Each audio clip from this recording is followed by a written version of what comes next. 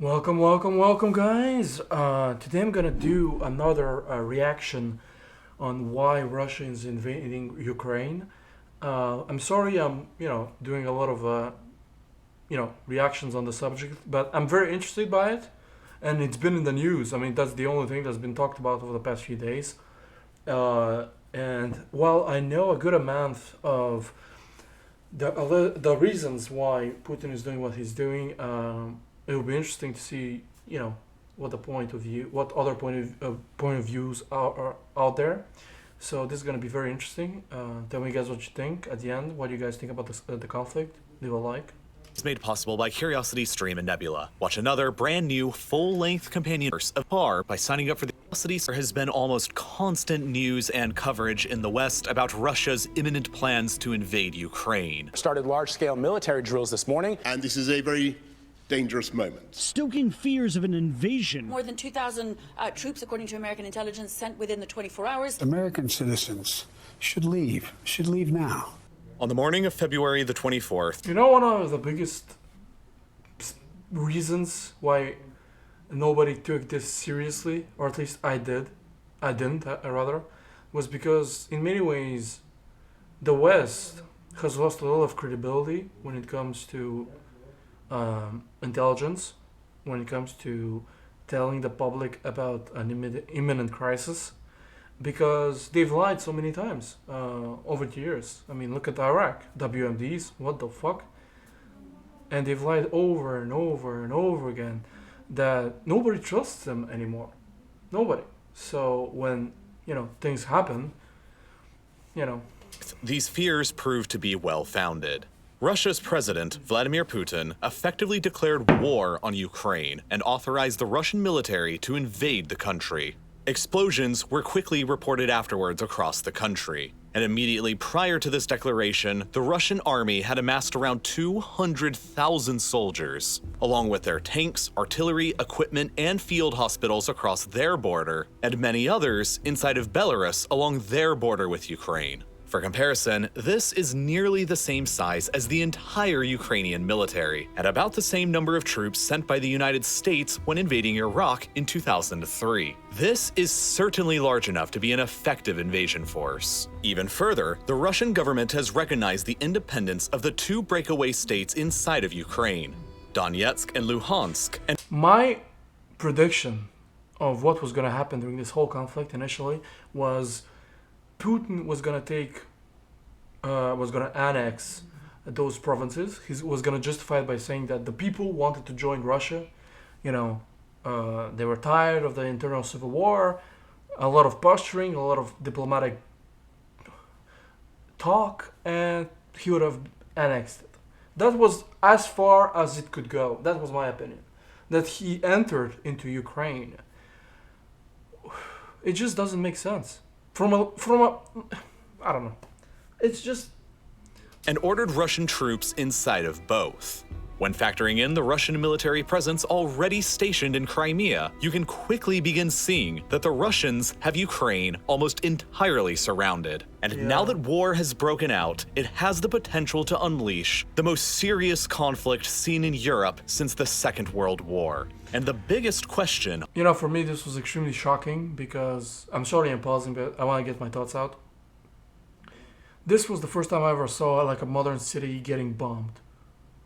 We've all seen all those cities in the Middle East, but I'm not Middle Eastern, so I can't really relate to it, to the architecture and to... But this is really... on everybody's mind this entire time has been this. What exactly does Vladimir Putin and Russia want with Ukraine? And the answer is, of course, it's complicated. The origins of what Putin wants today are rooted in what happened more than 3 decades ago, back in the early 1990s, when the Soviet Union first collapsed. For centuries before this event, whether as part of the Soviet Union or the Russian Empire, the modern countries we know of today as Russia, Ukraine, Belarus, and others had all been a part of the same country, and their people... Look how big Russia was before its collapse in 1917, 1918. This was insane when you think about it. Look how big Russia was. Finland, all the Baltic states, Poland, Belarus, Ukraine, and you go through Kazakhstan, Azerbaijan, this was all Russia. And then, boof. Had largely moved between all of them across generations. These places are all deeply and intimately connected by their shared history, and for decades, that history involved being widely recognized as one of the world's most dominant and formidable global superpowers. But all of that changed in late 1991, when, suddenly, the sweeping United Empire that had existed in some form or another for centuries collapsed, and left in its place 15 newly independent republics. Today, Russia has really fallen when you compare Russia, what it was in 1917, 1916, to what it is now. Because, it went through this sort of, it was at its height in terms of land mass, and then it dropped significantly. Then it regained it in the Second World War. It created the USSR. And then, it's... largest of them, Russia, has only half of the population that the former United Soviet Union had. And she possesses an economy that's only moderately larger than Spain's. That's a insane. country with only a third of the population that ceased being a great power back in the 18th century. Yeah. At the same time, the massive amounts of territories that were once dominated from the central government in Moscow have been shrinking almost continuously ever since. During the Cold War, there were two rival competing military alliances on the European continent: the North Atlantic Treaty Organization, or NATO, in the West, and the Warsaw Pact in the East. Moscow didn't outright rule the countries of the Warsaw Pact, but they were effectively locked into Moscow's orbit as thralls or puppet states. From Moscow's perspective, these states provided a massive buffer against any potential military incursion from their primary Cold War rivals to the West in NATO. You see, from the Netherlands in the West to the Ural Mountains in the East, this whole part of Europe is dominated by a geographic feature called the North European Plain. Almost entirely flat, the plain is shaped like a funnel, with a very narrow width in northern Germany, but with a mouth that opens up increasingly wider as it approaches the Ural Mountains. As the open plain gets wider across the east, it becomes increasingly difficult to defend across its entire length. And as a result, from the perspective of any regime based in Moscow, regardless of the time period and regardless of the ideology, it is imperative to expand control westwards across as much of this open plain as possible in order to narrow the gap that they need to defend in the event of a conflict with the West. During the Cold War, the control of this plain by a regime in Moscow was at its greatest historical extent, and was exerted either outright or by proxy from the Urals all the way through East Germany. And the entire wider section of the funnel was firmly controlled by Moscow, with Austria and Finland remaining neutral and Yugoslavia a non-aligned communist state. The only fronts that Moscow at the time had to truly worry about against NATO were across the Sudeten Mountains, the Black Sea, and a narrow line across the North European plain in central Germany, all easily defensible positions. Any invasion of the Soviet world from the West across these geographic frontiers would have been incredibly difficult. But in the 30 years since 1991, the situation has changed dramatically against Moscow's favor. Today, the former Warsaw Pact territories of East Germany, Poland, Czechoslovakia, Hungary, Romania, and Bulgaria are all a part of NATO, while the former Soviet republics themselves of Lithuania, Latvia, and Estonia all are as well. This reality has pushed the NATO front lines significantly further to the east, across the wider section of the North European plain, and has separated Russian territory between the mainland and the Kaliningrad exclave here, across what's known as the Suwalki Gap. If you're sitting in the Kremlin in Moscow and you still believe that NATO is a hostile military alliance, or could become one in the future, then this situation understandably looks pretty grim. But it's not totally lost yet. In the years following the breakup of the Soviet Union, many of the newly independent republics established and joined their own military alliance called the Collective Security Treaty Organization, or CSTO, which when it comes to... It's just... I understand countries going for territory. It's logical. Not anymore in 2022, but they have always done that. They've always wanted more land, more, and there's a nationalistic pride, related to both. But it's just the issue I have. It's not that I cannot even fathom that Russia would invade Ukraine. It's not that. I'm not that more of a naive, okay? I can understand the concept behind it. But it's just economically, you're too weak to do what you're trying to do.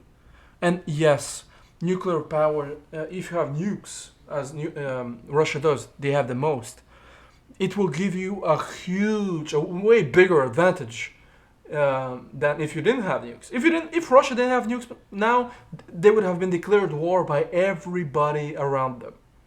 NATO would have declared war. China maybe want to grab more territory, whatever, because they look extremely weak. But you have 5,000 nukes. You're the top 5 of world powers, no matter what, because you have 5,000 nukes.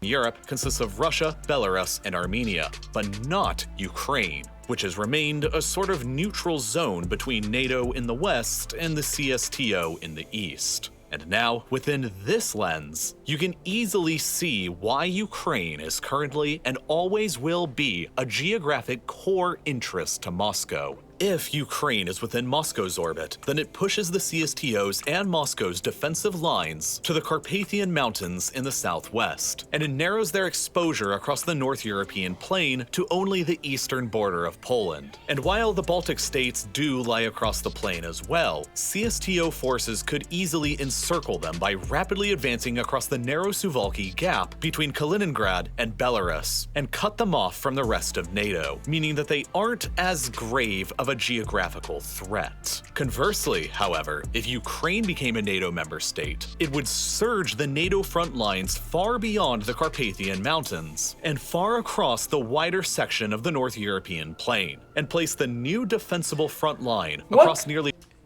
In my opinion, and correct me if I'm wrong, but if this was...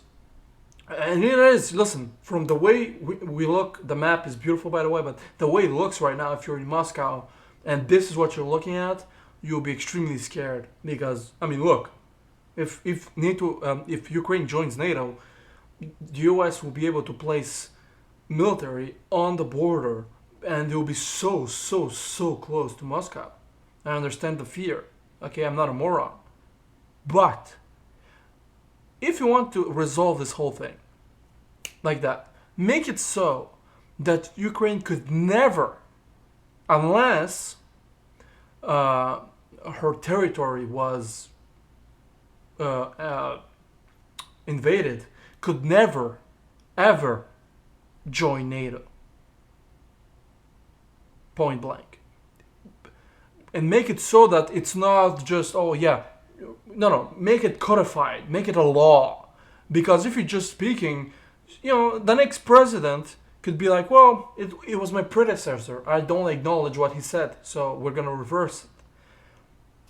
2,300 kilometers of open, hard-to-defend, flat land, the easternmost section of which would only be a little more than 300 kilometers away from Volgograd, which, if taken, would shut down the entire Volga River and cut off Russia's valuable oil and gas resources coming up from around the Caspian Sea from the rest of the country, as nearly happened during the Second World War, back when the city was better known as Stalingrad. Yeah. Even further, Belarus, a friendly and loyal CSTO state that is often considered a mere extension of Moscow itself, would suddenly become an indefensible salient protruding deep into the NATO front lines, surrounded entirely by NATO territory on 3 flanks. Thus, Ukraine's outright control by Moscow, or at least neutrality, is essential to the defense of the CSTO and Russia, if you believe that NATO is a hostile aggressor or could become one in the future.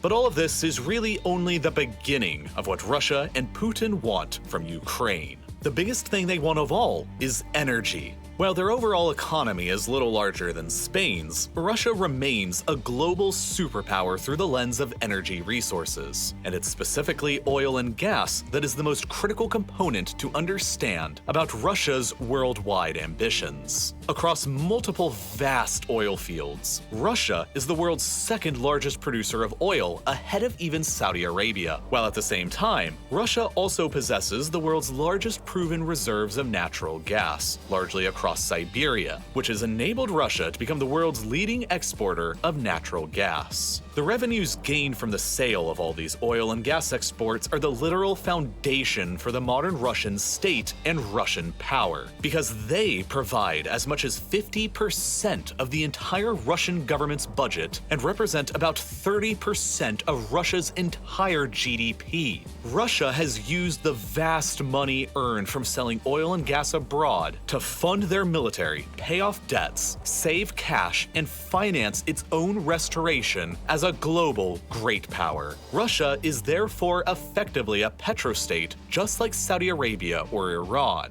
and is the only petrostate located in Europe, at least for now. For you see, despite these massive geological blessings, they also come with a number of geographical catches from Moscow's perspective. Most of their gas is sold off to the hungry customers in the European Union, so much so that 35% of the EU's entire gas supply comes from Russia alone, Which is including insane. Germany, the world's Yeah. fourth largest economy. Germany, you know what they did? I don't know if you've seen this, but you know how they said that they're gonna stop buying oil from Russia, from this pipeline, the Nord Stream 2 here. They stopped buying, and everybody was like, "What the hell?" They started buying from this one here. This one, there was an epic in power bought by Germany, who imports nearly half of their natural gas from Russia. This flow of gas towards Germany and Europe across this complex system of pipelines provides critical revenues for the Russian government to function and provides critical heat for European cities during the winter. And so both sides heavily rely upon the other here. Any disruption in this trade relationship would be disastrous from Moscow's perspective, and Ukraine is the most likely place for such a disruption to happen in the future.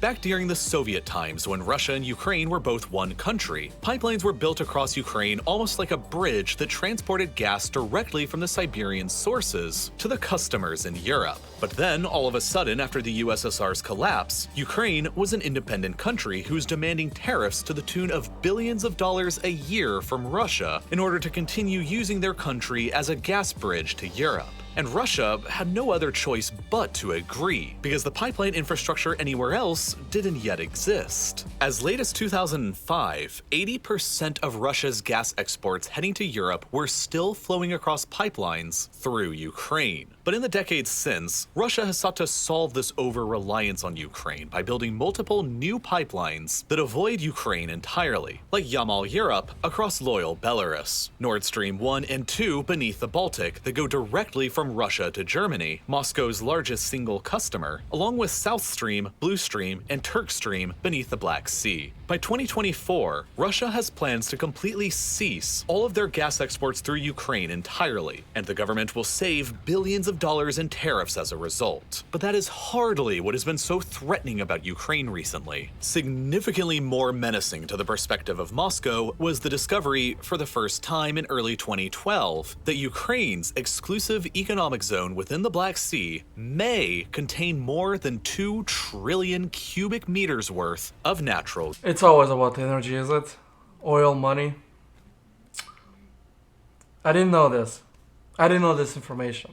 gas, largely concentrated around the Crimean Peninsula. To make matters even more interesting, further technological advancements in the early 2010s that enabled the successful drilling of natural gas and oil from shale rock unlocked the potential shale gas hotspots for Ukraine around Donetsk and Kharkiv in the east and around the Carpathians in the west. Beginning in 2012, there was suddenly a very real possibility that almost out of nowhere, Ukraine had the world's 14th largest reserves of natural gas, just behind Australia and Iraq. But as a relatively poor country, Ukraine lacked the finances, the technology, or the equipment to successfully harvest any of these resources in any large quantities. But that all changed when, shortly afterwards, the Ukrainian government began granting exploration and drilling rights to the likes of Shell and Exxon. It was suddenly possible that within a few years, these Western companies would enable Ukraine to transform into Europe's second petrostate, which would have not only been a direct and serious competitor to Russia's own gas supply to the European Union, and thus at the same time a major threat to the Russian government's budget and GDP, but would have also provided the easy path of eventual Ukrainian admission into the European Union and NATO as well. That And this is makes what's sense. really, in my opinion, what this whole situation That is truly makes, about. now it makes sense.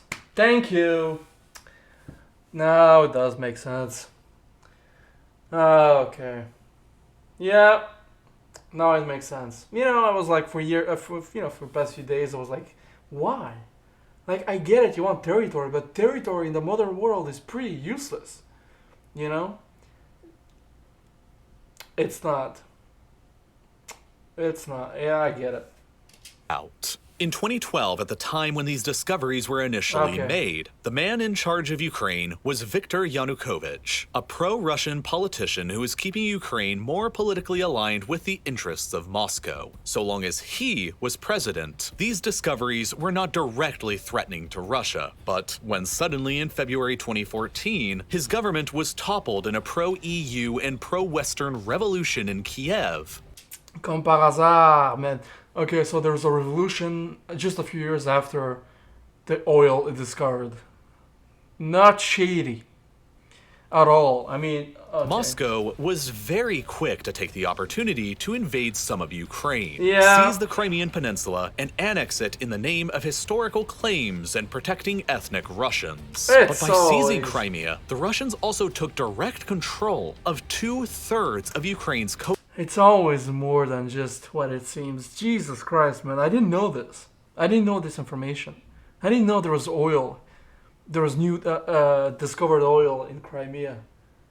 It makes sense, doesn't it? It makes sense. I mean, what? You discover oil in Donetsk, and then Donetsk is a separatist region, and then Crimea is on it. Okay. Makes sense. I thought that the reason why they annexed Crimea, not only for the Russians ethnically, but also because it was their base in the Black Sea, Sevastopol. Okay. Coastline and, by extension, the vast majority of Ukraine's maritime exclusive economic zone. And, most critically, an estimated 80% of Ukraine's potential offshore oil and gas reserves. In addition, billions of dollars worth of drilling equipment and other assets in the peninsula were seized by the Russians, all of which completely crippled the Ukrainian government's future potential to challenge Russia's gas supremacy in Europe.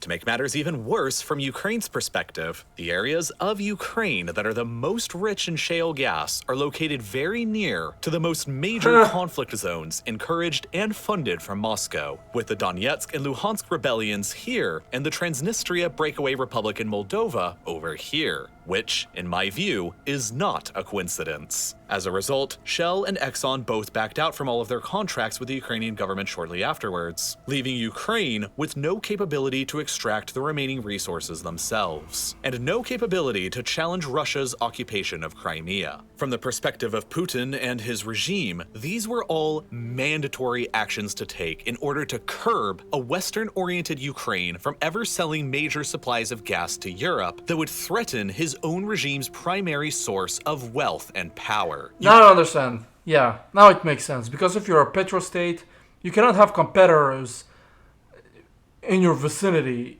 right next door who can dump the price to hurt you. That makes sense. Ukraine had to be dismembered to protect himself and the other oligarchs who are in power. But there's more. Under Putin, Russia can't ever give Crimea back to Ukraine because it would surrender the entire exclusive economic zone and all of the gas resources within it back, along with the strategic port city of Sevastopol, one of the very few year-round ice-free ports that the Russian Navy can use and needs to operate throughout the Black Sea and the Mediterranean. If Crimea was ever returned to Ukraine and Ukraine joined NATO, they would regain their ability to threaten the Russian government's primary source of revenue, and the Russian Navy's most geostrategically valuable port would be lost forever. But Ukraine has some pressure that it can and has been applying itself. Naturally speaking, the geography of Crimea is that it's almost an island, only loosely connected to the rest of Europe and covered by dry and arid steppes and some salty marshes with very little fresh water for people or agriculture. Prior to the Russian invasion and annexation, the vast majority of Crimea's freshwater supply, like 85% of it,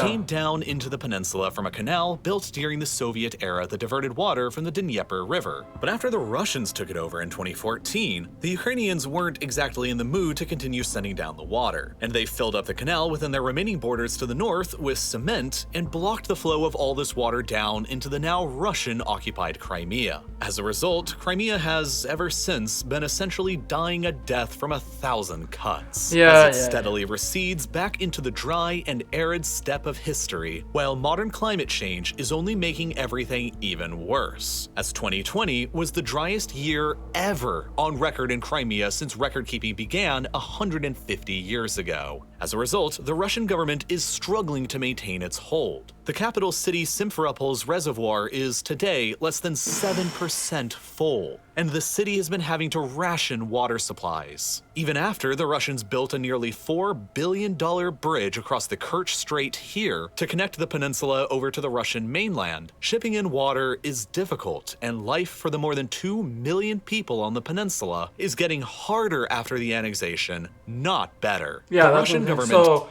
you wanna take over Ukraine to open up the water supply so that you don't have a rebellion on your hands in Crimea and you subsequently lose the access to the billions, trillions in oil. Now that makes much more sense. Much more sense. Is having to spend billions of dollars a year to financially prop up Crimea, and it's largely all because of this canal being shut down by the Ukrainians over on the other side. And Ukraine is obviously not in any kind of mood to open it back up again. As a result, the current crisis in Ukraine can also be seen through the lens of climate and water conflict, and it's one of the biggest reasons why Russia is doing what it's doing now. The current Prime Minister of Ukraine, Volodymyr Zelensky, has stated on multiple occasions that the primary goal going forward for the Ukrainian nation is the reclamation of the Crimean Peninsula from Russia. Currently, Ukraine has no realistic capability to challenge the overwhelmingly more powerful and capable Russian military. But in the future, were Ukraine to join NATO and a murky conflict breaks out between themselves and Russia over Crimea, or in the eastern rebel-occupied Donbass where it may be unclear who started it, it's hypothetical that Ukraine could trigger Article 5 of the NATO treaty, which states that, quote, if a NATO ally is the victim of an armed attack, each and every other member of the alliance will consider this act of violence as an armed attack against all members and will take the actions it deems necessary to assist the ally attacked. Therefore, in the future, the fear of those in power in the Kremlin is that Ukraine will bring in the rest of NATO to fight Russia in taking back Crimea. And that is a war that Moscow knows it will lose. Not only because of NATO's much more advanced military capabilities, but because of Russia's own internal demographic problems. Ever since the collapse of the Soviet Union, Russia's deaths have exceeded her births, while the nation's fertility rate has been among the lowest in the world. And so the country's population has been shrinking almost continuously ever since. But since the COVID-19 pandemic began in 2020, this shrinking population problem has only gotten even worse. And Russia is currently undergoing its largest peacetime decline in people ever. In all of recorded history, even worse than during the 1990s right after the Soviet collapse. Right now, Russia has around 25 million men within the country who are of military service age. But the government knows that as time continues on, that potential pool of manpower is only going to get smaller and smaller. Therefore, it could be reasoned behind the inner walls of the Kremlin that the longer Russia waits to act upon Ukraine, the more difficult it is going to become in the future. And so the earlier, the better. Now, by occupying Crimea and by maintaining conflicts in the Donbass region of eastern Ukraine, Russia has so far succeeded in keeping Ukraine out of NATO. And by building up troops along the border and hosting joint military exercises in Belarus, Moscow is further able to signal to Ukraine that they are in danger, which can panic investors in the Ukrainian government and damage the economy even further, and which forces Ukraine to spend even more money on their own military and defense, taking away vital cash that they could be using to further develop their own natural gas infrastructure. And of course, Russia has been fueling a war inside of Ukraine in the east now for years, ever since 2014, that has greatly depleted the Ukrainian government's time, manpower, and resources. After being taken over by pro-Russian separatists following Russia's invasion and annexation of Crimea, both Donetsk and Luhansk declared their independence from Ukraine 8 years ago, and after being supported financially and militarily from Russia, have continuously been fighting a war against the Ukrainian government ever since that has already claimed the lives of more than 14,000 people. For years. That's a lot. Now it makes sense. You know, the whole NATO thing, well, on paper it makes sense. This is much, it's everything together. You know, I'm sure NATO, the fear of Ukraine joining NATO at some point, that plays a part. But it's the oil, man. It's the money. And the demographic. Yeah. This makes much more sense. Years, most of the territory of each has been controlled by the Ukrainian government. But just a few days ago, Russia, for the first time, officially recognized both as fully independent countries separate from Ukraine and deployed their troops into each. Right now, as I made this video, it's still unclear what exactly Putin is ultimately planning for Ukraine. He may only be plotting a limited strike into the country in order to permanently sever He's going in. Yeah. both Donetsk and Luhansk from the country, as he did with Crimea 8 years previously, and effectively occupy each. He may also be plotting a further limited strike from Crimea in order to neutralize the block in the canal in order to free up Crimea's struggling water supply. He may be planning to go further, though, to ensure that this situation never happens again, and push Russian territory all the way to at least some of the Dnieper River to simultaneously stabilize Crimea's geographic position by freeing up the water supply, deny even more of Ukraine's coastline and access to natural gas reserves, and set up a stronger potential defensive line against any attack from the west along the Dnieper River's banks. Alternatively, he may also be planning a southern takeover of Ukraine, which would simultaneously bring Donetsk and Luhansk into Russia, link up Crimea with the Dnieper River and the canal, block off Ukraine from the rest of the Black Sea, and transform the country into a landlocked state, permanently removed from any remaining offshore gas deposits, and link up mainland Russian territory with both Crimea and loyal Transnistria in the west. Or he may really be planning an all-out assault to take over the entire country, so as to guarantee that Russia... That's where things are going in my mind. Because he's gonna start this whole thing, he's gonna lose so much in terms of sanctions, in terms of international respect, in terms of international popularity, if you want to call it that. He's not gonna stop. I don't think so. You know.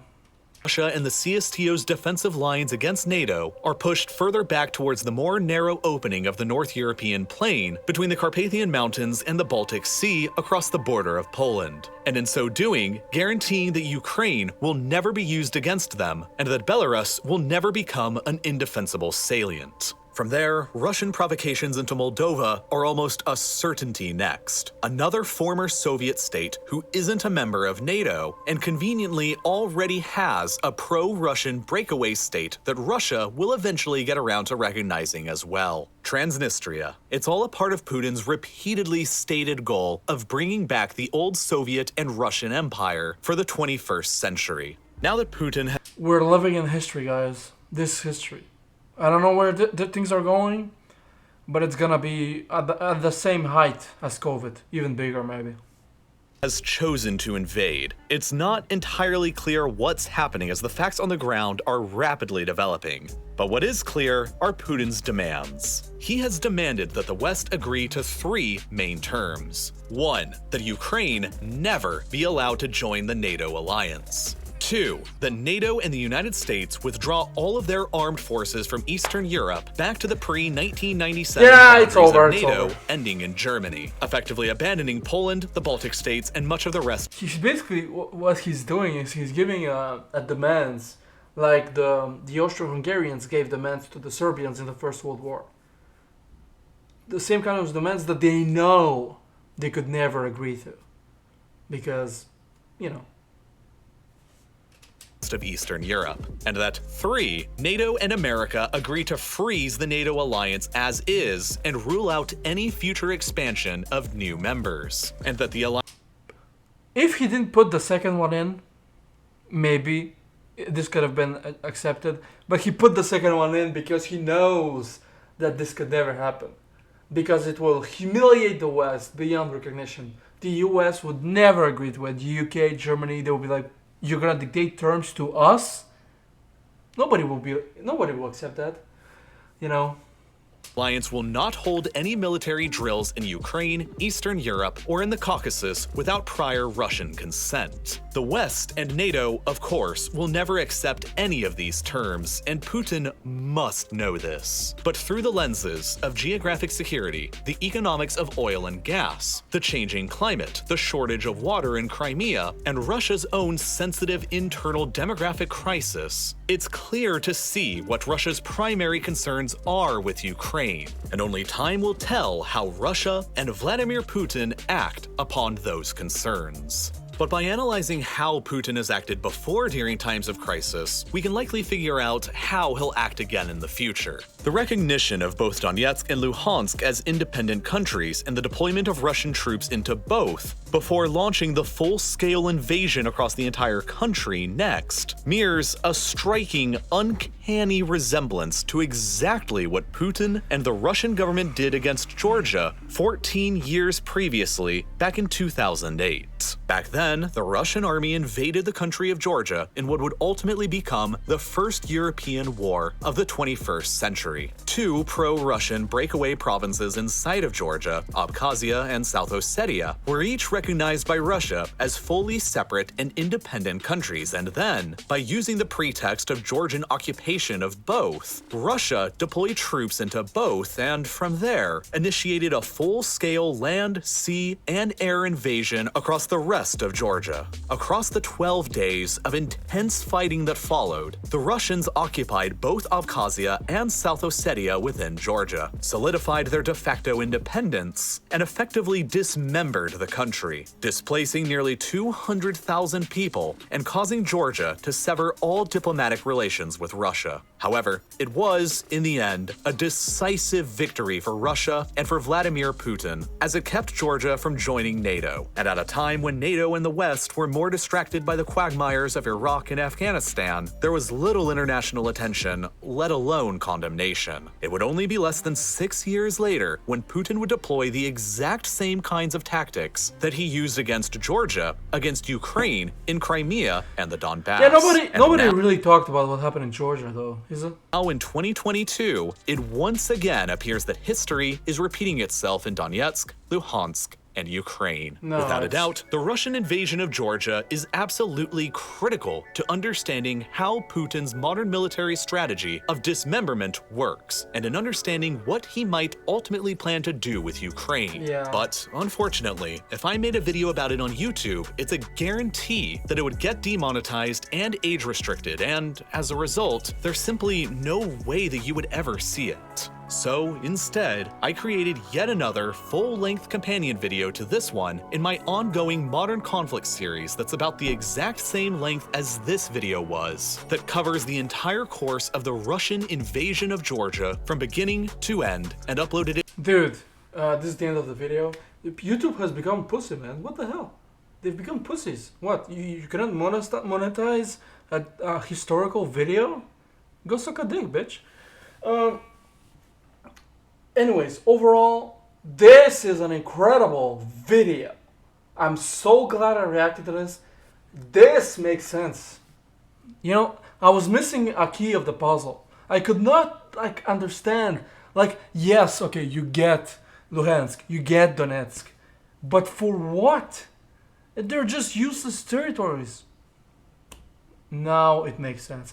I knew what was happening in Crimea with the water shortages, but I thought they were able to find a way to supplement it. But they only had 7% water in their canal. Now it makes sense.